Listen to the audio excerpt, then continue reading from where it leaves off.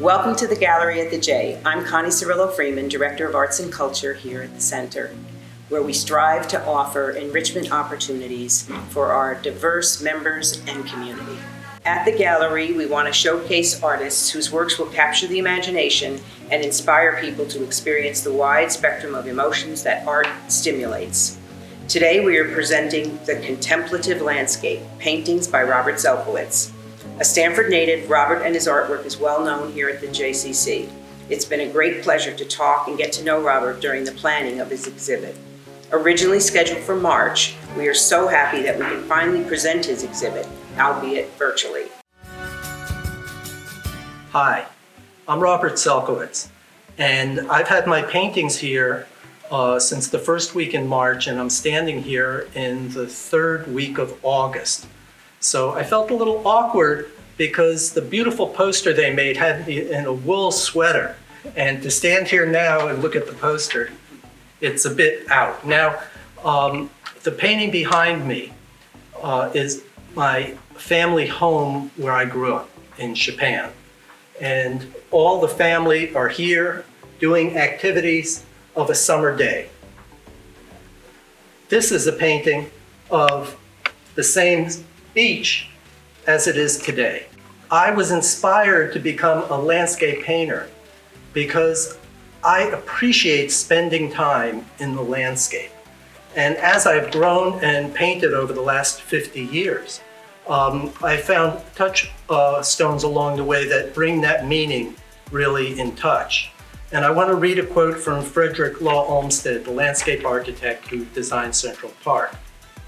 "The enjoyment of scenery employs the mind without fatigue, and yet exercises it, tranquilizes it, and yet enlivens it, and thus, through the influence of the mind over the body, gives the effect of refreshing rest and reinvigoration of the whole system."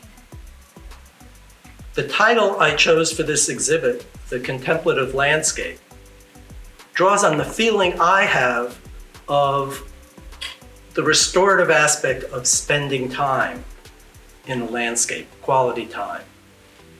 This was vividly illustrated to me when I was at Big Sur in California on the western coast overlooking the Pacific, and there was a scenic pull-off on the road.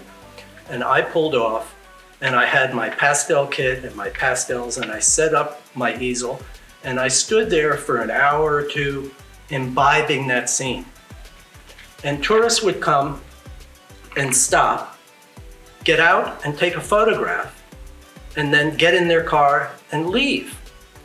And I thought, that's it? You come 3,000 miles for 2 minutes to look at the view and take a picture, when you can actually be there and imbibe the spirit of what that picture represents to our spirit. And so when I was offered the opportunity to come here to the JCC for this exhibit, I've been exhibiting here since 1985, over the years in different occasions. This is my first major solo show, and I chose to represent really the best elements of the last 15 years of my work, when I have gone from doing a lot of architecture and porches and verandas to spending more time in the landscape. I just want to say, I called this my father's kingdom. It's my father's 1948 Buick with the Harry, his name was Harry, license plate. This is me on my tricycle with my Davy Crockett hat. My mother holding a blackfish, my Tanta Rosa with flounder, and my grandparents, 3 of my grandparents, my father. That's me in the rowboat, my brother Artie on the water ski, and my brother Anton driving the speedboat. So this I assembled through frames from home movies. Our Cocker Spaniel Chips is chasing a squirrel. And with this automobile, it traces back to another whole vein that's represented by these pastels of vintage automobiles. And I've been drawing cars all my life, and so this is something new in the last year or two to put them into color. So let's go to the beginning of the main wall. Well, in my life, in my career of painting, I try to go places where I think I'll find something that would inspire me. And it happens that I have lived in locations or created homes in locations that have provided sustenance for me over many years. And what I did for this exhibit was to bring together some examples from several areas where I have developed large bodies of work. This painting here, Sunset over Margaree Harbor in Cape Breton Island, represents, let's see, I started painting in Cape Breton in 1972, and this is 2020. So that's, 48 years that I have been going and returning to a location and finding new inspiration there each year. The pastel up here was done from life. I do all my pastels from life, setting up my easel in one shot when I see something. And this is a high point in the Catskill Mountains, in a site about a mile from my home for the last 20 some odd years in a show can. On the right, or is it your left? Depending. On this side, these are new oil paintings of Chopin in Stamford from my brother's place, which is just down the road from our parents' house where I grew up. That was the subject of that big painting. And I was down in the summer when hydrangeas were out, and I took the photos and I did the oils from the photos because I wanted to have something new related to Stamford and Chopin for this exhibit at the JCC. What I'm holding in my hand is a book about the Adirondacks and the lakes in the Adirondacks. It's called The Painter's Path Through the Adirondack Mountains. It's actually the third book in the series I've been doing. The first was for the Catskill Mountains, and then the second was for Cape Breton Island, and this one is the third one. And it's filled, I think there are 81 paintings in oil and pastel and maps that show where the paintings were done. And this was just a motif that I developed, and it's been useful for guiding people. It's a treasure hunt for views. This was where I made a transition from the Catskills. This is the Ashokan Reservoir, a pastel overlooking the Ashokan Reservoir. And this is a view of Elk Lake in the Adirondacks. These next several paintings are all from a visit to Elk Lake, and just representing the atmosphere and the mists rising of the landscape. This was very different from what I was doing with a lot of architecture in the 1980s and 90s. These paintings date from 2007, 2008. This pastel is from 2020. This is a new pastel in the spring. And I titled it Mint and Magenta because the glint of the water was this very, like a pale seafoam mint color. And the mountains were a deep purple magenta. And I just was riding in my van with my kit in the back, and I saw this and found a place to stop and got out and did the pastel, and that's basically what I do. For all of these paintings here at Elk Lake were all done from images from a rowboat. I took a rowboat out from the Elk Lake Lodge and drifted, and while I was there I did a pastel, but I also took a series of photographs, and it was gradually as the morning and the mist rising was a series that came out.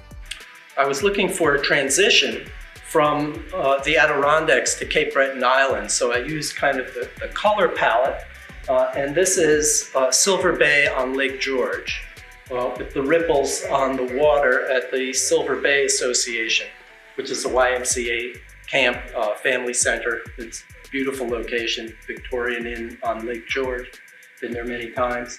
And this is Cape Breton, this very dramatic landscape, smaller scale, often compared to the west coast of California, like a smaller, more human scale, Big Sur. And these capes are carved, this is the Gulf of St. Lawrence, and here is a small cabin, which is where the author Alistair MacLeod wrote his books, just MacLeod's campground there. And so this was a place where I've been painting for more than 40 years. I do a lot of pastels when I'm there, and these are more canvases. There's closeness and energy of spending time on the water. That is, you're just drawn to it. And every day can be different, and there's always something to look for. And where we have our place on Cape Breton for more than 20 years now is on the scenic drive called the Cabot Trail. And so the Cabot Trail runs along this coast here and over here. This is Whale Cove on Cape Breton Island. And I actually based this oil painting on a pastel that I did from life while I was there. And it's wonderful for me to try to reach out, to absorb a view and try to capture something of that and work it out and have a strategy for creating a composition for a painting and to get something of the life. The Pierre Bonnard said it's not about painting life, it's about putting life into painting. And the feeling that I hope people get is that that's where I want to be. In fact, that's what people would often say when they came upon one of my paintings, was that's where I want to be, or I love that. And that is very gratifying to me. I sometimes say I'm in the love business, because creating something that can have someone respond with love, I think is very close to that spiritual energy that we aspire to in human beings. That feeling of love is something that you want to draw out because that sustains us.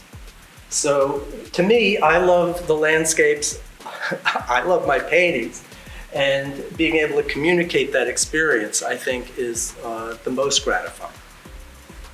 So this, I'll just say also this one, this is Whale Cove. It's the same cape as here.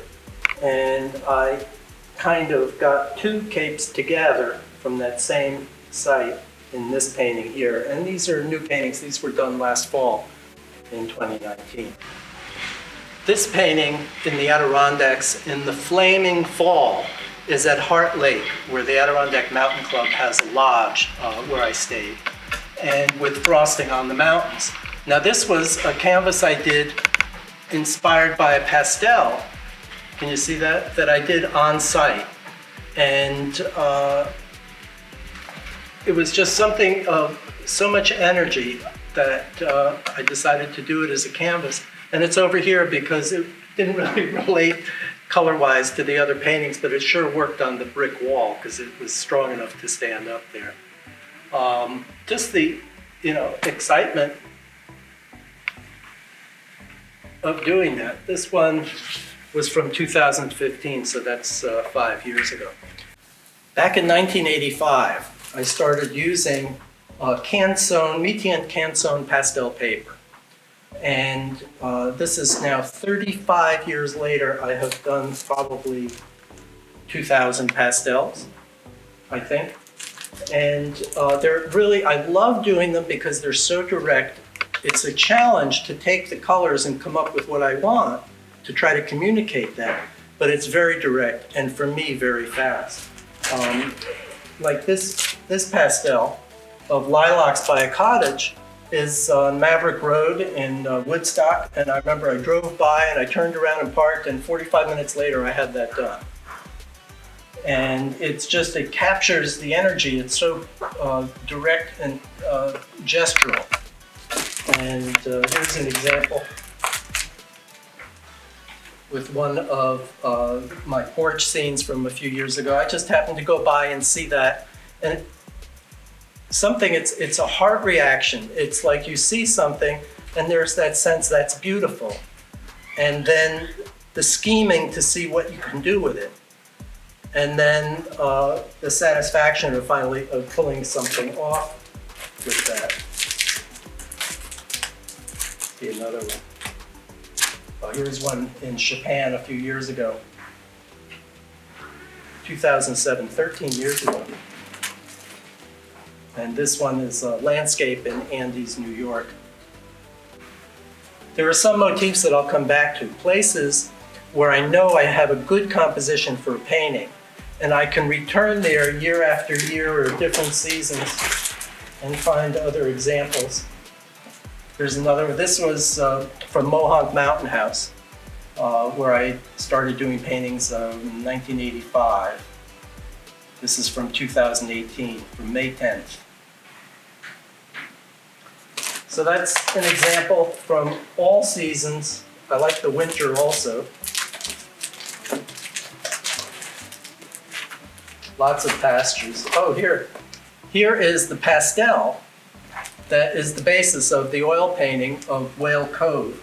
And I use this as a basis, the composition for the oil painting, the way artists use watercolors and drawings. It was just something I started doing this year. So I guess that's a pretty good tour. Oh, here, forgot about that.